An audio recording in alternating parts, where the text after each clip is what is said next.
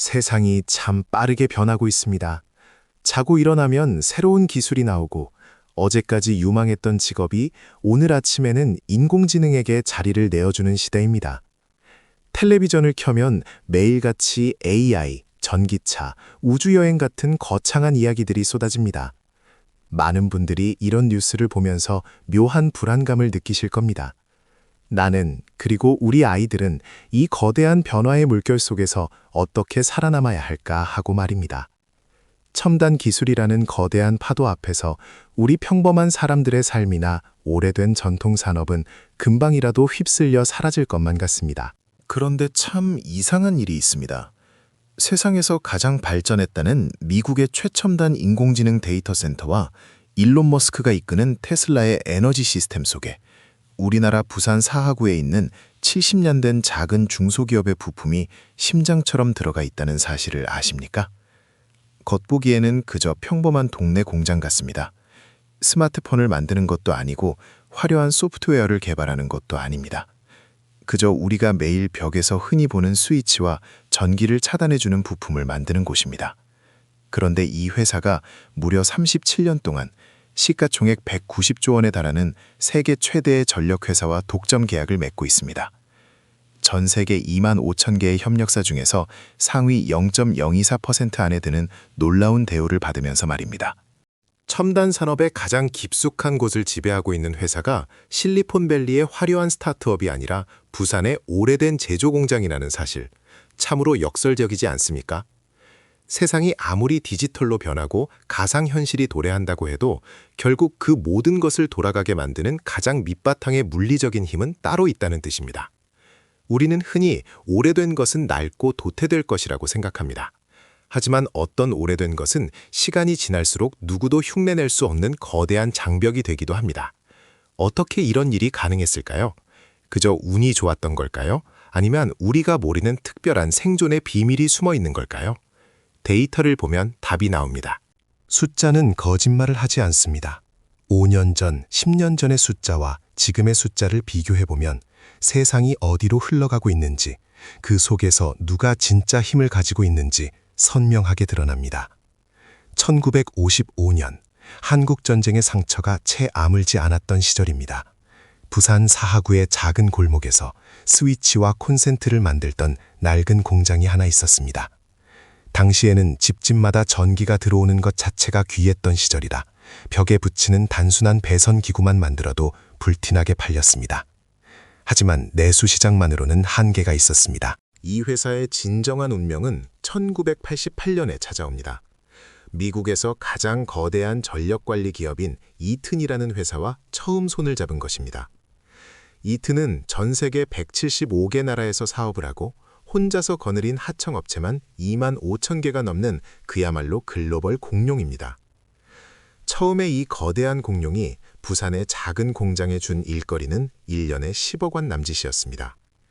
공룡의 입장에서는 그저 수많은 하청업체 중 하나에 불과했을 겁니다. 언제든 마음에 안 들면 다른 싼 공장으로 바꿀 수 있는 그런 흔한 부품 공장 말입니다. 그런데 기적 같은 변화가 일어납니다. 보통 대기업은 단가를 낮추기 위해 하청업체를 끊임없이 경쟁시키고 조금이라도 인건비가 싼 중국이나 동남아시아로 거래처를 바꿉니다. 그것이 우리가 아는 냉혹한 시장의 논리입니다. 그런데 이 거대한 미국 기업은 37년이 지난 지금까지도 이 부산의 중소기업과 독점 거래를 유지하고 있습니다. 심지어 중국 공장에 주던 물량까지 빼앗아서 이 부산 공장으로 몰아주고 있습니다. 그 결과 처음에 10억 원 수준이던 수출액은 2012년에는 200억 원이 넘었고 2017년에는 500억 원을 돌파했습니다. 내년에는 700억 원이 넘는 수출을 목표로 하고 있습니다. 회사의 가치는 어느새 2,400억 원으로 훌쩍 뛰었고 65년 만에 주식시장에 당당히 상장까지 했습니다. 마치 동네 골목의 작은 빵집이 전 세계에서 가장 큰 호텔 체인에 37년 동안 혼자서만 빵을 납품하며 거대한 기업으로 성장한 것과 같습니다. 상식적으로 이해하기 힘든 일입니다. 아무리 품질이 좋아도 인건비가 훨씬 싼 나라의 수많은 공장들이 똑같은 물건을 만들어내겠다고 달려들었을 텐데 말입니다. 월급은 그대로인데 물가와 월세는 2배로 뛰어서 하루하루 버티기 힘든 자영업자들의 현실과 비교해보면 이 회사의 독점적인 성장은 더욱 놀랍게 다가옵니다. 왜 이런 변화가 생겼을까요? 원인을 파헤쳐 보겠습니다. 어떤 현상의 진짜 원인을 알기 위해서는 껍질을 하나씩 벗겨보아야 합니다. 부산의 중소기업이 글로벌 공룡을 사로잡은 첫 번째 원인은 바로 기술적인 특수성에 있습니다. 이들이 독점으로 납품하는 핵심 부품은 전문 용어로 아크 차단기라는 것에 들어가는 기판입니다. 말이 조금 어렵지요? 쉽게 설명해 드리겠습니다. 예전에 집집마다 있던 두꺼비 집을 기억하실 겁니다. 번개가 치거나 전기를 너무 많이 쓰면 퓨즈가 끊어지면서 집안이 깜깜해지곤 했지요. 그런데 이 두꺼비 집도 막지 못하는 무서운 전기 사고가 있습니다. 바로 아크라는 현상입니다. 오래된 전선이 낡아서 벗겨지거나 벽 속에서 쥐가 전선을 갉아먹으면 전선 사이로 눈에 보이지 않는 미세한 전기 불꽃이 틉니다.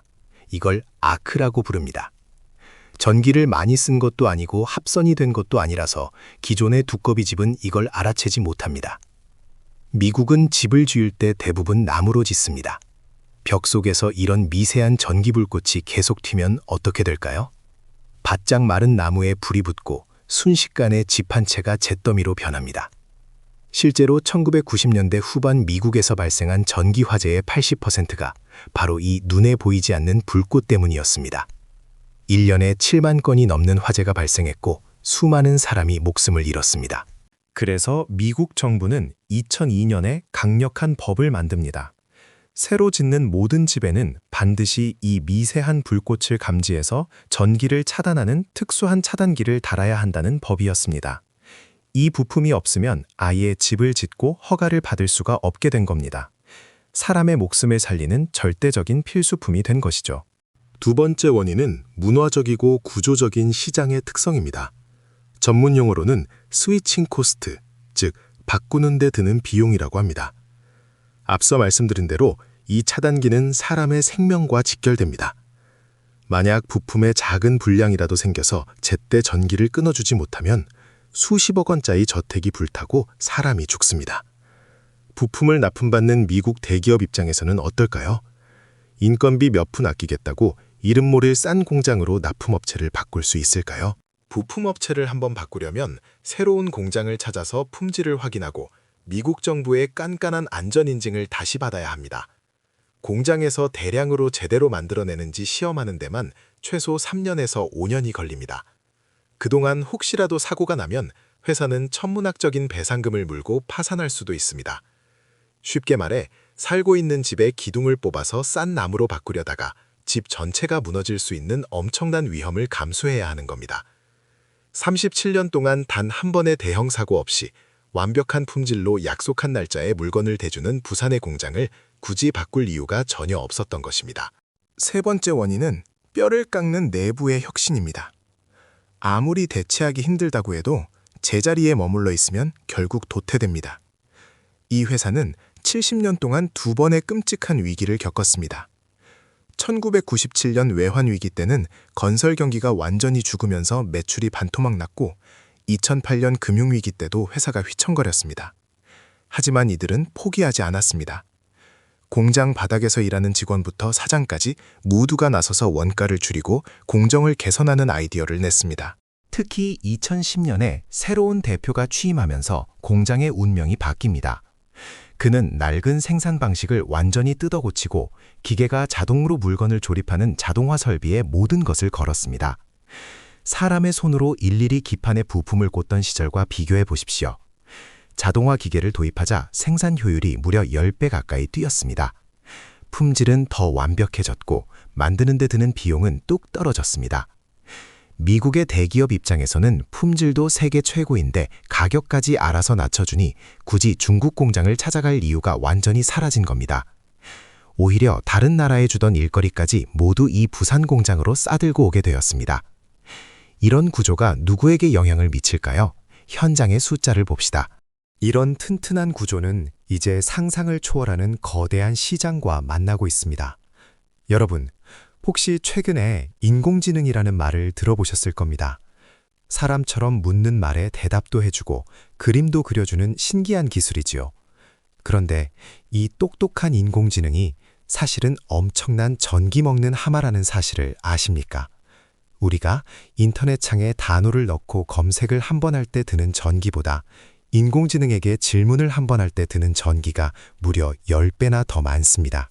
전 세계의 거대한 IT 기업들이 이 인공지능을 돌리기 위해 축구장 수십 개 크기의 데이터 센터를 미친 듯이 짓고 있습니다.